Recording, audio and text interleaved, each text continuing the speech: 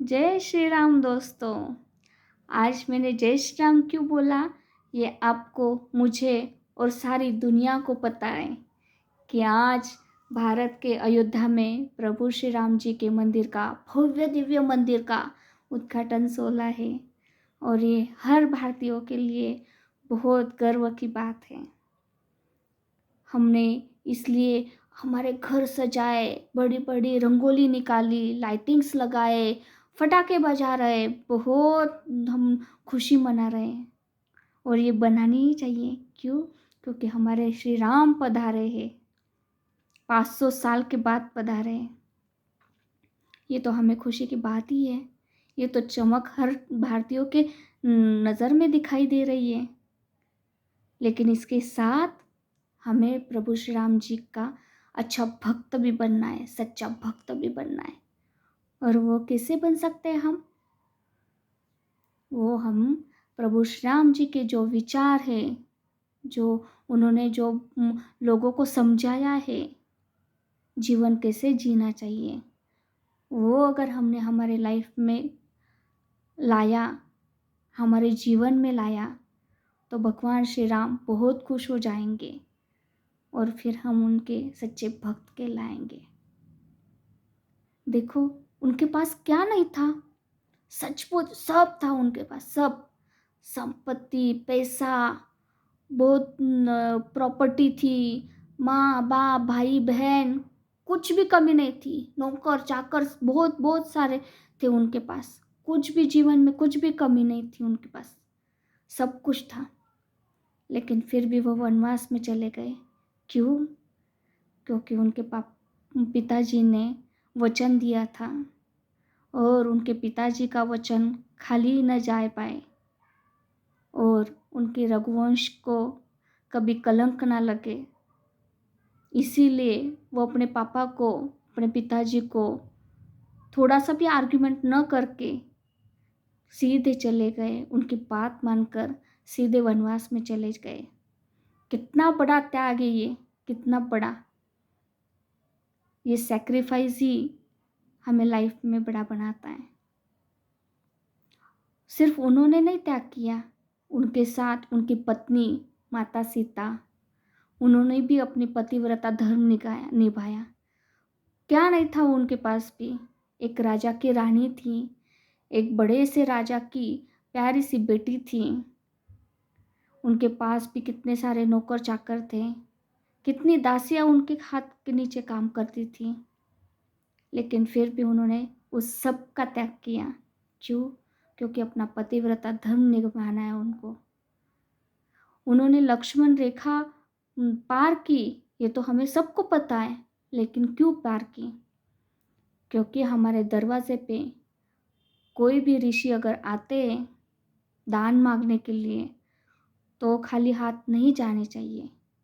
नहीं तो ये रघुवंश के धर्म को कलंक होगा और ये कलंक उनको नहीं चाहिए था। इसलिए उन्होंने वो लक्ष्मण रेखा पार की। कितना बड़ा त्याग था वो उनका। त्याग यहीं पे नहीं रुका। और राम जी के भाई लक्ष्मण जी, वो तो उनके छोटे भाई थे।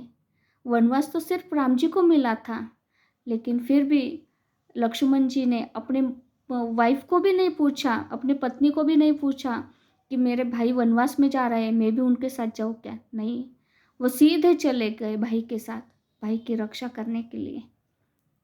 उन्होंने भी सब कुछ छोड़ दिया, सब कुछ त्याग कर दिया। कितना बड़ा ये त्याग! यहीं पे ही नहीं रुका ये त्याग। ये त्याग अपने भाई, जिनके लिए राम जी को वनवास भोगना पड़ा, वो भरत जी को राज्य दिलवाना था, उस राज्य का राजा बनाना था, इसलिए राम जी को वनवास में भेज दिया।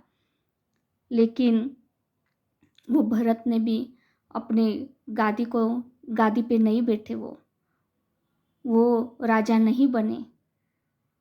जब राम जी वापस आए, तभी भरत जी ने उनको ही राज्य गादी पे बिठाया। कितना बड़ा ये त्याग!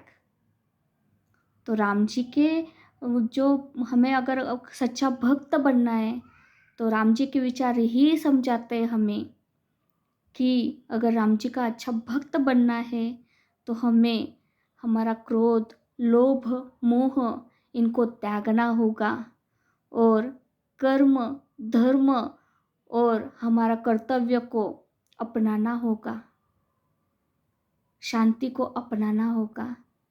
तभी हम राम जी के एक सच्चे भक्त बन सकते हैं। और राम जी सिर्फ हिंदुओं के नहीं हैं। भगवान गीता में कहते हैं कि भगवान ने अलग अलग रूपों में अलग अलग लोगों को समझाने के लिए अलग अलग रूप लिए हैं, अलग अलग रूप में जन्म लिया है। देखो, कोई बहुत सारे लोग रहते हैं, उनको एक ही बात अलग अलग हिसाब से समझानी पड़ती है। किसी को इस मार्ग से समझ में आती है, किसी को इस मार्ग से समझ में आती है। तो भगवान वही बोलते हैं कि उन लोगों को ये भगवान की जो बातें, जीवन हमने कैसे जीना चाहिए, ये बातें समझाने के लिए भगवान को अलग अलग रूप लेने पड़े। जैसे कि यीशु है, हमारे मुस्लिम लोगों के गुरु है, या हमारे सिख है, या हमारे राम जी है। ये भगवान ने अलग अलग रूपों में जन्म लिया है ताकि लोगों को अलग अलग हिसाब से उनके हिसाब से समझाएंगे कि हमें मनुष्य जीवन कैसे जीना चाहिए। मनुष्य जीवन मतलब कोई सिर्फ एक ही हिंदू या मुस्लिम या सिख या क्रिश्चियन, ये नहीं होता है। मनुष्य जीवन मतलब, मनुष्य प्राणी मतलब हर कोई, इस पूरी दुनिया में जितने भी लोग हैं, जितने भी मनुष्य प्राणी हैं, वो सारे, चाहे वो किसी भी धर्म के हो, चाहे किसी भी जाति के हो, भगवान सबके लिए एक ही है, सबका मालिक एक ही है। सिर्फ उन्होंने अलग अलग रूप लेके लोगों को अलग अलग हिसाब से समझाया है। और हमें राम जी का एक सच्चा भक्त बनना है, क्योंकि हम भारतीय हैं और हमारे भारतीयों के लिए ये राम मंदिर का उद्घाटन बहुत बड़ी बात है।